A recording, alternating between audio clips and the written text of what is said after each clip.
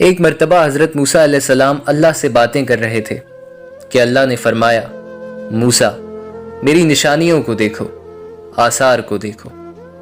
حضرت موسیٰ علیہ السلام ایک مقام سے گزر رہے تھے کہ دیکھا ایک شخص بیٹھا ہے جس کے جسم کا سارا گوشت گل چکا ہے اور وہ استغفار کر رہا ہے کہ اچانک ایک پرندہ آیا اور اس نے ایک انار کھولا اور ایک ایک دانہ کر کے اس بندے کو کھلایا اور اڑ کے واپس چلا گیا۔ حضرت موسیٰ نے کہا، پروردگار یہ کون ہے؟ تو اللہ نے جواب دیا، موسیٰ آگے بڑھو اور خود پوچھ لو۔ حضرت موسیٰ آگے بڑھے اور پوچھا، کون ہو؟ اس شخص نے کہا، میں بہت گناہگار ہوں، بہت۔ میں اتنا بڑا گناہگار ہوں کہ یہاں میں 35 سال سے عبادت کر رہا ہوں، توبہ کر رہا ہوں کہ سارے جسم کا گوشت گل گیا ہے۔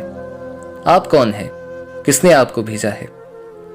حضرت موسیٰ علیہ السلام نے جواب دیا، میں موسیٰ ہوں، کلیم اللہ ہوں، میں اللہ نے بھیجا ہے۔ وہ شخص بولا، آپ اللہ سے بات کرتے ہیں نا، اللہ سے پوچھیں کیا اس نے میرا گناہ معاف کر دیا ہے؟ میں 35 سال سے توبہ کر رہا ہوں۔ تو اللہ نے کہا، موسیٰ اسے کہہ دو کہ یہ ابھی بھی جہنمی ہے، اس کی توبہ قبول نہیں ہوئی، اس کا گناہ معاف نہیں ہوا۔ موسیٰ نے کہا، اللہ نے آپ کا گناہ معاف نہیں کیا۔ تو وہ شخص بولا، کیا آپ پوچھ سکتے ہیں آپ کا خدا رحمان و رحیم ہے، کیوں معاف نہیں کیا؟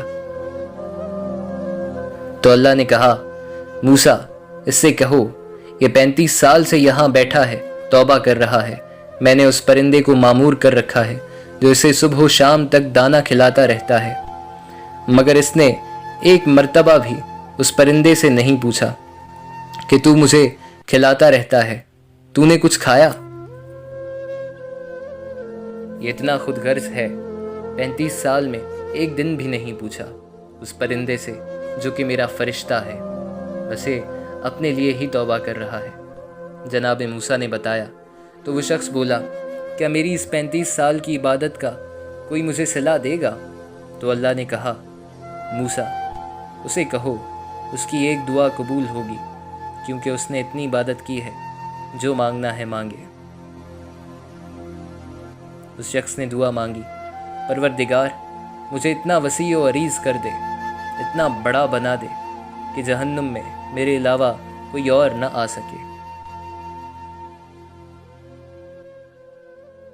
اللہ نے کہا، موسیٰ اسے کہو میں نے اسے معاف کر دیا۔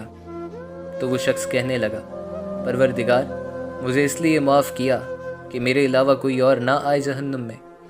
تو اللہ نے کہا، موسیٰ اسے کہو نہیں، میں نے اسے اس لیے معاف کیا کہ تھوڑی دیر پہلے اسے میرے ایک پرندے کی پرواہ نہیں تھی، لیکن اس نے دعا میں میری ساری مخلوق کی پرواہ کی، اس لیے معاف کیا۔